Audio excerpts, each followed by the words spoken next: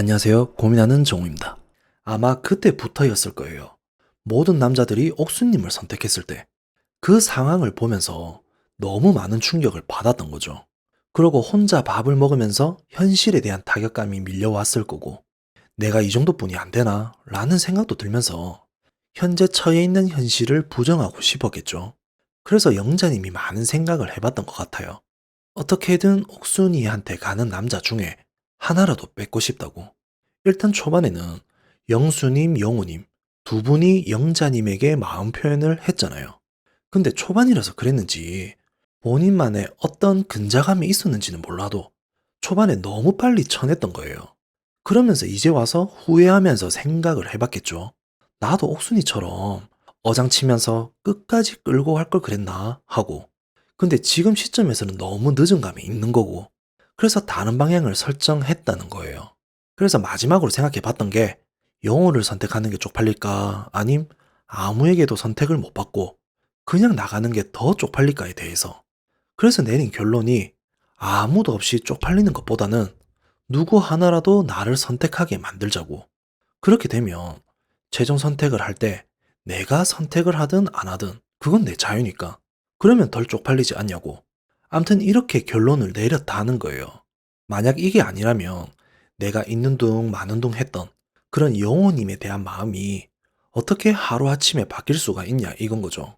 그래서 영호님을 대하는 태도가 눈에 보일 정도로 확연히 달라진 시점이 이 이후부터라는 거예요. 그리고 영호님을 타깃으로 선택한 이유 또한 영호님이 가장 만만하니까. 영호님은 조금만 가능성을 주면 무조건 넘어올 것 같으니까. 그래서 선택을 해봤다고 보는 거예요. 영수님을 선택하기에는 영수님이 옥수님에 대한 마음이 너무 확고해 보이니까 더 다가갈 수가 없었던 거고. 그래서 결국 내린 결론이라고 한 게 영호님을 선택하면서 영호님 마음의 순위를 끌어올리겠다고 다짐하는 모습을 보여줬었죠. 그래서 이제 영호님과 데이트를 시작하게 되었는데, 아니, 영자님에 대한 솔직한 마음을 알고 있으면서도 저렇게 하루아침에 다른 모습을 보여주는 영자님을 보고 있으니까 어안이 벙벙하더라고요. 자칫 잘못하다가는 진짜 영호님이란 사람이 좋아서 진짜 마음에 들어서 저러는 걸로 보일 수도 있다는 거예요. 그리고 더 어안을 벙벙하게 만든 점이 뭐냐면 영자님의 행동이 이전 상황이랑 너무 다른 모습이었다는 거예요. 이번 데이트를 하면서는 이전에 영호님에게 보여줬던 비웃는 웃음소리가 한 번도 없었다는 거예요. 살짝 살짝 웃기는 했어도 그런 건 상황에 맞는 자연스러운 웃음이었고, 그리고 크게 웃고 싶었어도 입을 가리면서 조심스러운 행동을 보여줬다는 거예요. 이런 거 보면 처음부터 이렇게 할 수 있었던 사람이 맞았던 거잖아요. 근데 그때는 왜 그래 했었냐 이건 거죠. 이런 문제에 대해서 영자님이 개인 인스타에 해명을 하기도 하고 사과도 하긴 했는데 어쨌든 결론은 이런 확연한 차이를 보여줬기 때문에 비웃음이 맞았던 거죠.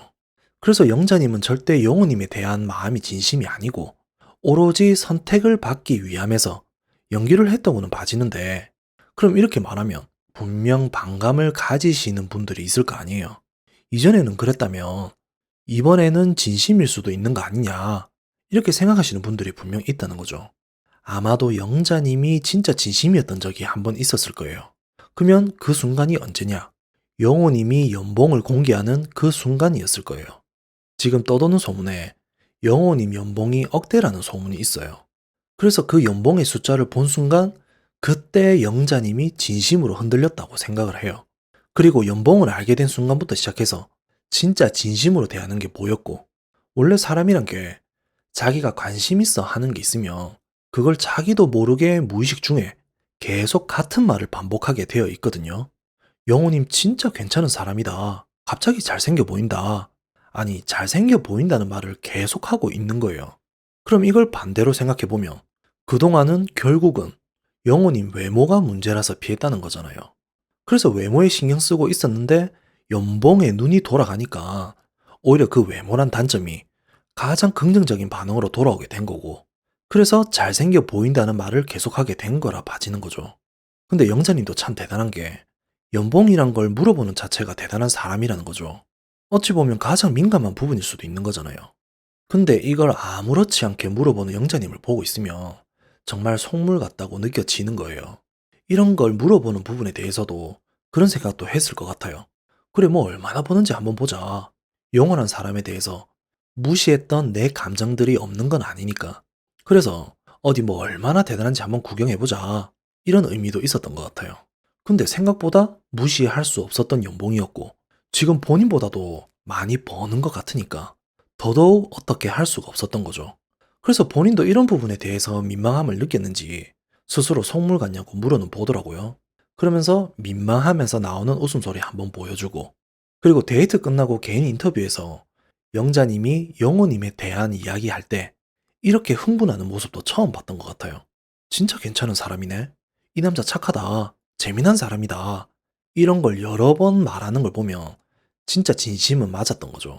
물론 연봉을 알고 난 다음이긴 하지만 어쨌든 이런 영자님의 적극성 때문인지 영호님도 감동을 받아가지고 개인 인터뷰에서 말을 하더라고요.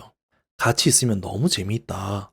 서로 재밌어하고 행복해하면 어려운 일이 닥쳐도 잘 극복할 수 있겠다고. 그러면서 영호님의 마음이 한순간에 옥수님에서 영자님으로 바뀌게 된 모습을 보여줬었죠. 근데 당연한 거죠. 오늘은 영자님이 영호님한테 모든 걸 다 맞춰줬으니까. 비웃음도 없었고 말하는 한마디 한마디 다 받아줬고 이에 낀 쌍추 또한 귀엽게 봐줬잖아. 그러니 영자님 같은 사람이 얼마나 좋겠냐고. 숙소 돌아와서도 계속 표현을 해주니까 영자님 말고는 세상에 아무도 없는 것처럼 보이는 거잖아. 근데 문제는 과연 영자님과 잘 될 것 같냐 이건 거죠. 영자님은 영혼이 같은 사람이랑 절대 못 사귀어요. 그리고 최종 선택에서도 절대 선택 안 할 거예요. 이미 영호님이 선택해 줄 거라는 확신이 생긴 상황에서 내 자존심은 다 챙겼는데 굳이 내가 선택할 이유가 없잖아. 그리고 영자님은 눈이 높다는 거예요. 초반에 영수님과 영호님 앞에서 보여준 행동들. 그게 진짜 영자님의 모습이라는 거죠. 연봉 앞에서 순간 흔들리는 모습을 보여줬긴 했지만 그래도 본인은 아직도 저 정도 연봉에 영호보다는 괜찮은 외모의 남자를 가질 수 있다는 희망을 가지고 있는 것 같아요. 그래서 순간 현실을 붙잡으면서 저를 선택해준 건 고맙지만 난 거리 문제를 이길 수 없다.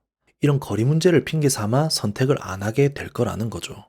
영자님을 보면 나름 대표란 직책도 가지고 있잖아요. 근데 우리가 아는 그런 대표는 아니지만 어쨌든 본인 스스로는 사회적 위치가 있다고 생각을 하는 것 같아요.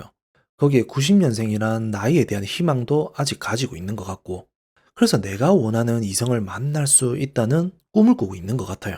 근데 이런 말이 있잖아요. 내가 괜찮은 사람이 되어야 그런 사람이 앞에 나타난다고. 영자님이 얼마나 괜찮은 사람이 될지가 궁금해진다는 거죠.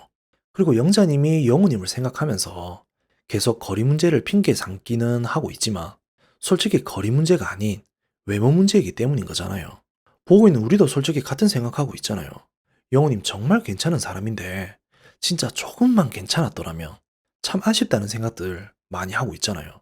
근데 이런 생각이 드는 것도 영호님이 영자님을 선택했기 때문이고 영자님한테 당하는 모습을 계속 보여주고 있으니까 안타까움에 외모 쪽으로 쏠리는 것도 있다고 생각해요. 근데 어쩔 수 없다는 거죠. 영호님 또한 외모만 봤기 때문에 이러한 결과가 나오게 된 거고 너무 외모만 쫓다 보니까 지금까지 살면서도 안 좋은 결과만 얻게 된 거잖아요. 그래서 영호님은 사람 보는 눈에 대해서 변화를 줬으면 해요. 눈을 낮춰라는 말이 아니라 외모를 떠나서 어떤 사람인지를 우선 판단을 해봐라는 거죠. 이번처럼 다른 목적이 있는 이성이 그저 웃으면서 조금의 관심을 준다고 영호님을 마음에 들어 한다는 게 아니라는 거죠. 그리고 옥수님 같은 경우도 지금 상황을 봐요. 옥수님이 모두에게 가두리를 치고 있다고 해도 지금 영호님의 존재는 어장 안에 있는지도 모른단 말이에요. 근데도 영호님은 영자님이 나타나기 전까지만 해도 옥수님 어장 안에서 못 빠져나왔다는 거예요. 그러니까 이런 것도 내가 과연 희망이 있는지, 내가 뭘 하고 있는지에 대해서 빨리 판단을 하고 다른 사람을 알아볼 기회를 살려라는 거죠. 근데 그렇게 해서 기껏 빠져나온 게 영자님 같은 결과이긴 하지만 그래도 좋은 경험이라고 생각하고 마음은 안 아파했으면 좋겠어요. 어쨌든 영훈이 같은 경우는 많은 장점을 가지고 있는 사람이니까 이걸 보고 연락 오는 사람들도 있을 거예요. 만남의 기회도 생길 수 있고. 그러면 그렇게 소중한 기회가 생겼을 때 단지 외모 보고만 판단하지 말고 이 사람의 목적이 무엇인지, 진짜 진심이 무엇인지 이런 거에 대해서 한번 판단해 봤으면 좋겠다 이건 거죠. 암튼 이번 24기 다음 주면 마지막인데 전 나름 재미나게 봤던 것 같아요. 새로운 유형의 사람들도 출연을 해줬고 그런 분들 보면서 또 한 번 많은 생각을 하게 되었고 그래서 마지막으로 이번 낯솔에 대해 한마디를 해보면 솔직히 빌런들을 많이 섭외하면 재미는 있어요. 시청률도 당연 보장이 되겠죠. 그리고 영상 만드는 우리 같은 사람들도 조회수 잘 나오고 좋아요. 근데 어느 순간부터 결혼하는 사람들이 안 나타나기 시작했다는 거예요. 낯설 본연의 목적이 뭐예요? 결혼하는 사람 많이 나오는 거잖아요.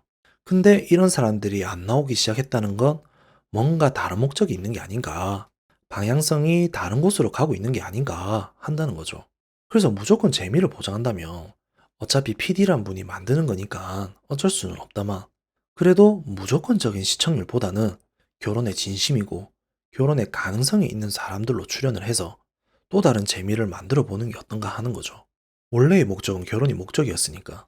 어쨌든 제 개인적인 생각을 말해본 거였고, 또 다른 분들 생각은 다를 수도 있으니까, 또 다음 25기를 기대해 봐야겠죠. 오늘 영상도 시청해 주셔서 감사합니다. 오늘 영상도 괜찮았으면 구독과 좋아요 꼭 부탁드리겠습니다.